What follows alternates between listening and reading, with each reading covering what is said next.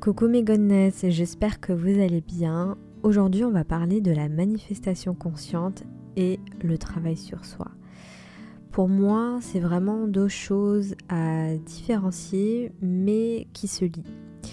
Parce que pour moi et uniquement selon moi, et chacun a sa perception sur les choses, chaque coach, personne qui enseigne la manifestation enseigne par rapport à son expérience, par rapport à ce qu'il a compris, par rapport à sa perception. Ok, personne n'a la science infuse et c'est hyper important de respecter en fait la perception de chacun. Je vous partage la mienne, comment moi je le ressens par rapport à mon expérience, par rapport à ce que j'apprends au quotidien, par rapport à plein de choses. Ok ? La manifestation consciente, c'est que tu crées ta réalité avec le pouvoir de ton esprit, avec l'imaginaire. Ok ? Tout ce que tu imagines, tes pensées dominantes, une situation, qu'elle soit positive ou négative, tu vas la voir dans la matière. Ok ? Qu'on le veuille ou non. Et si vous voulez, la plupart des gens, malheureusement, imaginent des choses négatives. Maintenant, j'ai remarqué que dans mon cas, dans mon expérience, j'ai manifesté consciemment énormément de choses, juste en imaginant, en pensant à ça, en assumant que c'est déjà dans la matière. Mais est-ce que ces choses-là, je les ai gardées ? Et là, je vais parler de ma personne spécifique. Ok ? J'ai imaginé ma personne spécifique avant même de l'avoir rencontrée. Ok ? Je vous expliquerai dans un autre podcast si vous voulez. Mais voilà, je l'ai imaginé. J'ai fait une liste de tout ce que je voulais chez un homme. Et cet homme-là, je l'ai rencontré quelques semaines plus tard. Mais est-ce que j'étais en mesure de garder cet homme-là ? Non, parce que je n'étais pas prête et c'est là où on vient au travail sur soi. Et c'est comme ça, après dites-moi ce que vous en pensez, mais moi c'est comme ça que j'ai remarqué que effectivement la manifestation consciente, tu peux manifester tout ce que tu veux, ok, avec le pouvoir de ton esprit, mais pour garder les choses, c'est important de faire un travail sur soi, et moi je l'ai compris avec ma personne spécifique. Quand je l'ai rencontré, j'avais trop d'insécurité, trop de croyances limitantes, j'avais pas réglé des choses avec moi-même et j'étais en incapacité d'être avec lui. J'étais pas émotionnellement stable et j'avais des comportements qui me poussaient dans l'auto-sabotage parce que croyances limitantes. Ok, donc j'ai dû faire un énorme travail sur moi et d'ailleurs c'est grâce à notre rencontre que je suis une nouvelle personne, une nouvelle Wassila, parce que cette rencontre m'a vraiment permise de passer à une étape supérieure dans ma vie. Je vais vous expliquer pourquoi. C'était exactement ce que je voulais et le fait qu'il m'a rejetée, qui me dit écoute, toi et moi ça va pas le faire parce que c'est incompatible.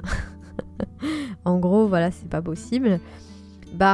J'ai utilisé en fait cette frustration et la tristesse que j'avais en moi parce que pour moi j'avais le mec que je voulais mais ça ne marchait pas. J'ai utilisé cette frustration et cette tristesse pour travailler sur moi, pour aller en fait vers ce qui me bloque.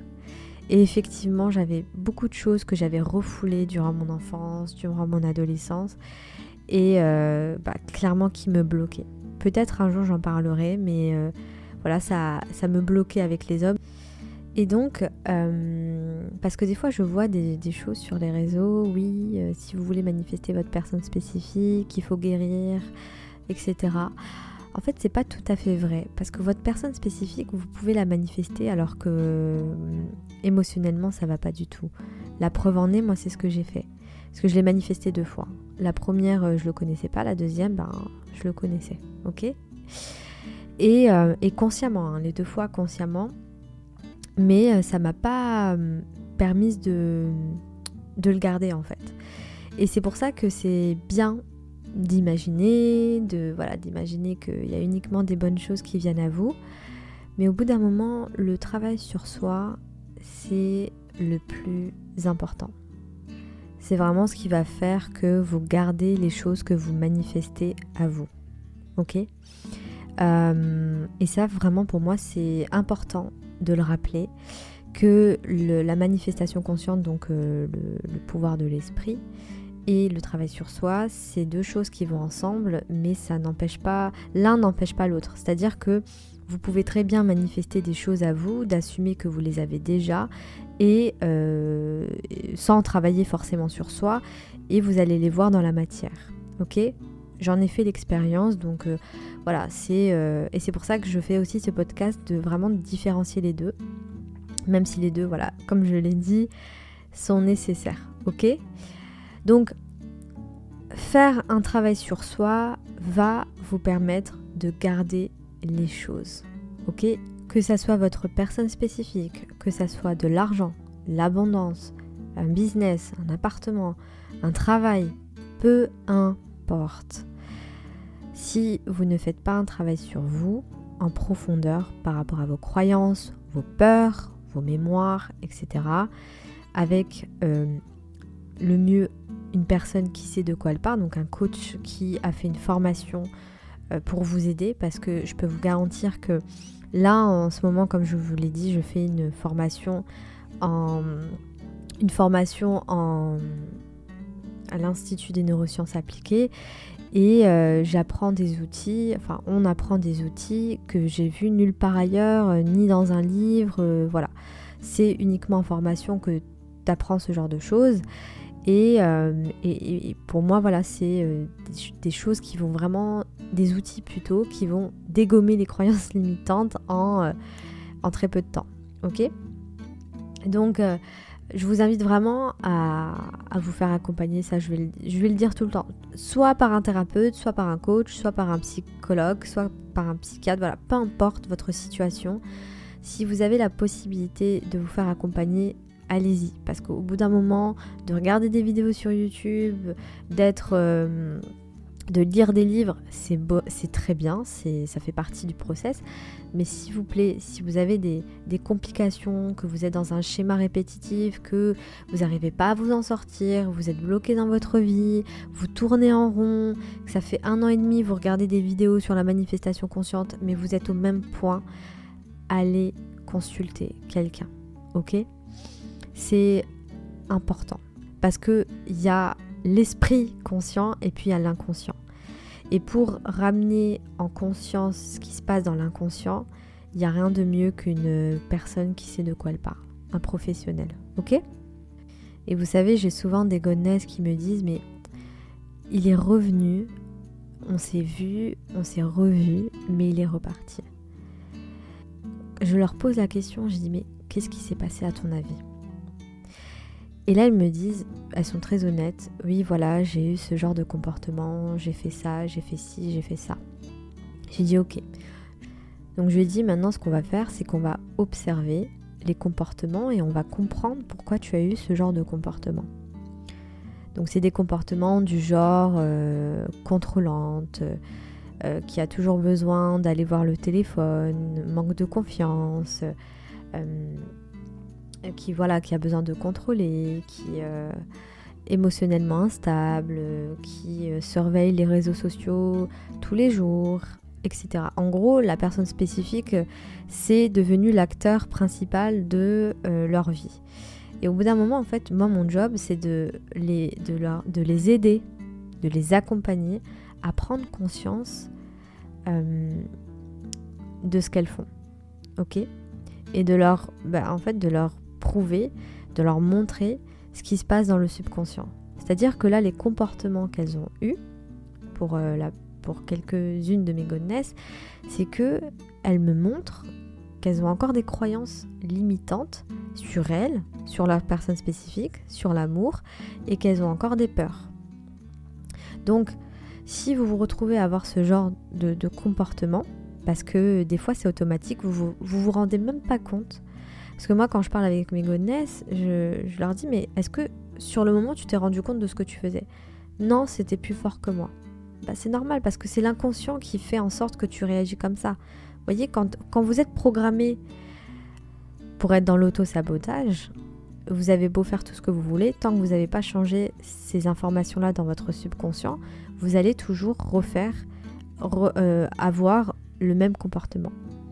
Donc déjà, dans un premier temps, c'est important de conscientiser, donc d'observer, de sortir un peu du contexte et de voir, de regarder en fait la situation avec un regard neutre, en se disant « Ah ok, oui, effectivement, j'ai réagi comme ça. Pourquoi j'ai réagi comme ça? Qu'est-ce qui a fait que j'ai réagi comme ça ?»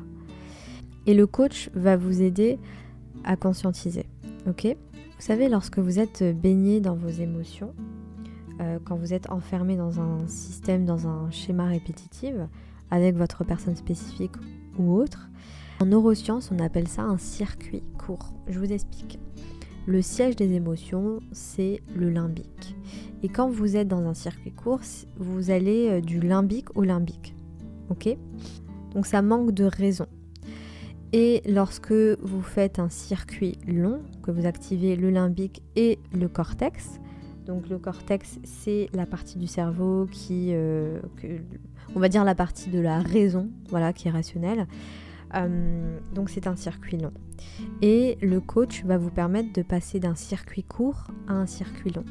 Il va vous permettre en fait de vous aider à sortir de vos émotions pour conscientiser, pour comprendre pourquoi vous avez réagi comme ça, qu'est-ce qui a fait que vous avez réagi comme ça. Donc pour vous aider à évoluer, il faut que vous passiez du limbique au cortex et ça c'est le rôle d'un coach. Ok ? Donc voilà, j'espère que ce podcast d'aujourd'hui, cette vidéo encore une fois très instantanée, vous a servi. Dites-moi en commentaire si vous avez aimé, si vous voulez que je parle plus de neurosciences du cerveau, parce que comme vous le savez, je fais une formation en neurosciences et j'apprends énormément sur le cerveau et j'ai envie de vous partager ça parce que pour moi c'est la base et d'ailleurs je ne comprends pas pourquoi on n'apprend pas ça à l'école parce que voilà, il n'y a que en comprenant le fonctionnement de son cerveau que on apprend réellement à se connaître et on apprend en fait à gérer, à se maîtriser ses émotions et je pense réellement que en apprenant les neurosciences, ça va vous permettre de passer à une étape supérieure dans votre vie. Donc voilà, je vous embrasse, prenez soin de vous et n'oubliez pas que je vous aime.